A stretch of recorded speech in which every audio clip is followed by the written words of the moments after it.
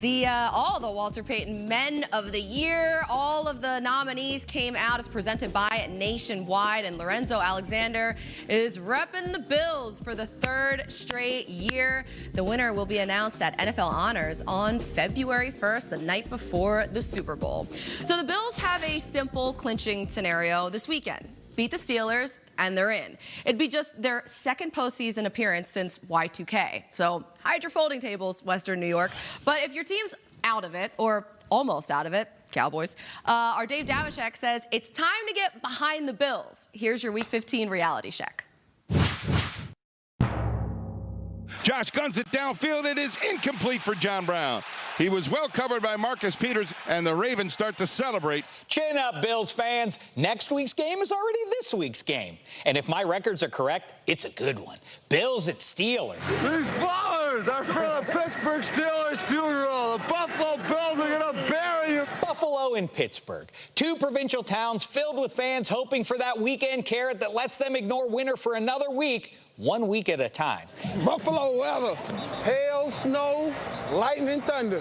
You see, one of the best things about sports is they give us something to look forward to.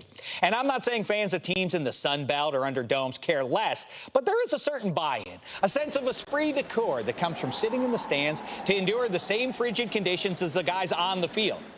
Albeit without the 300-pound men running into you on purpose. Stay at home if you don't want to get hit. But you know, players' career windows open and close. They're the transient ones. We fans are the through line. We use our teams as an excuse for getting together with family and friends, not just over a handful of seasons, but over the decades. On some level, then, it ultimately matters less whether it's Bubby Brister or Duck Hodges, Rocky Bly or Benny Snell. It's about you and me. Win and make it matter for 1 more week, 1 week at a time. I want us to win. I don't care who's in there. In a sports world where so many traditions are cast aside for ratings or otherwise, I contend the title of America's team should be an annual award. It's a good idea, right? I'm going to patent that. During the 2017 season, I declared the Philadelphia Eagles as America's team, specifically because of this image. Spoiler alert, they won it all, and then I heard down on the field the greatest rendition of Fly Eagles Fly of all time. But who deserves it this year? It's not Baker and the Browns, and it's not Minshew's mustache. Maybe next year, but not yet. And the other day, I said I thought the Duck Hodges Steelers might be the feel-good story of the season. But cynics in my midst said no one outside of Pittsburgh considers a team with 6 Lombardis as some sort of underdog story. Side note, that's also bad news for Tom and his plucky "no one believes in us" pals up in Foxborough. Also bad for Kyle Shanahan's squad. Sorry, great story, but 49ers and long-suffering go together about as well as Jimmy G and Homely, Phil Rivers and soft-spoken, and star running back bowling the night before a game. I'm being told one of those actually did happen, but you get me. Career high. That's my career high. 251? 251. Off the sickness. Anywho, no, it's got to be a team we can all root for, and a fan base that's hung in through the bad times and the worst times, from Losman and EJ and Geron and Rex, and through 4 straight Super Bowl losses and the Music City Miracle, and all those folding tables out in tailgating parking lots. So go get 'em, Bills. Do it for Marv, Kelly, Cornelius, and the rest, but more so for this guy and for every Bills fan who deserves some long-awaited payback for the loyalty, so they can get together with their pals and bask in the reflected glory of their pigskin heroes. It's time. It's way past time. Fans of the Eagles, Cubs, Caps, Cavs, and more have had their moments in the sun this decade, and now it's Bills fans' turn to warm up and ignore the winner. I hope it's your moment. For the 2019 NFL season, then, the Buffalo Bills are hereby America's team. Hey, baby, are y'all convinced now?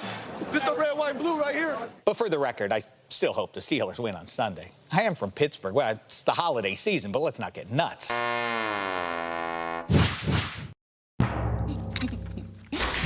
Thank you, Shaq. I'm sure the Cowboys are going to be thrilled that you're calling the Bills America's team. You can direct all of your shade at Damashek on Twitter. They're we asked New you York's guys team. on Twitter, other than your own team, who would you want to see in the Super Bowl this season? So Steve says Buffalo. Okay, he's with you, Shaq. Their fans deserve a championship more than anybody.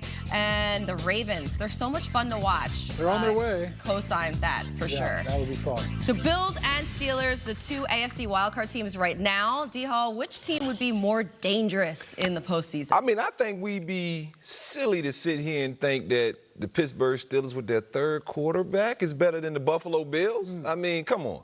the Josh Allen that I have seen play football, man. You know, I go back to that Thanksgiving Day game, and I'm like, dude, I almost fell in love with Josh Allen. I said, man, this is the guy Mike Robb was talking about. This is the dude who can take this team deep in the playoffs with that defense, that fan base. I mean, Josh is frustrating, though, because at times, like, Josh, what are you doing with the football?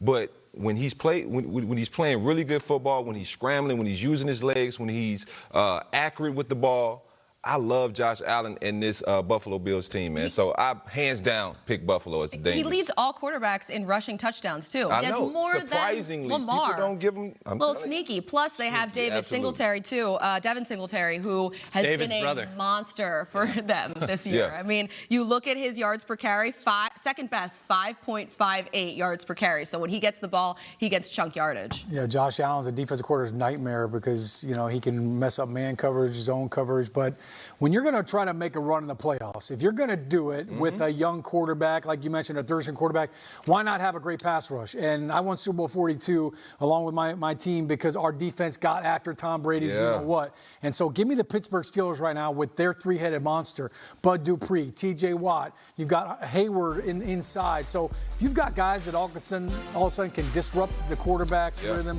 collapse that pocket, and it's not a blitz, that nobody wants to see that. And then now when you look offensively, they got some explosive players now. Deontay Johnson, all of a sudden, I mean, whether it's special teams or just a simple little out route or a deep ball, they've got some explosive plays. So I think Pittsburgh would be a handful. And you need to run the football. And James Conner making his return to the field after that shoulder injury. We'll see if he can last. I mentioned this on the air the other day. He had previously told his teammates, I don't think I can really play with this shoulder. When he first got hurt, I think I'm going to need surgery. I don't know if I can play on it again. So they're going to try to get him back on the field and make sure he stays out there. We'll see. And we'll see if this running game that's actually been a little bit better will get an extra boost by having Conner here, and maybe that can carry them into the postseason. Plus, we'll get to see the Steelers play the Ravens before the end of the year, too, so we can have a little bit of a better gauge where they are. But, I mean,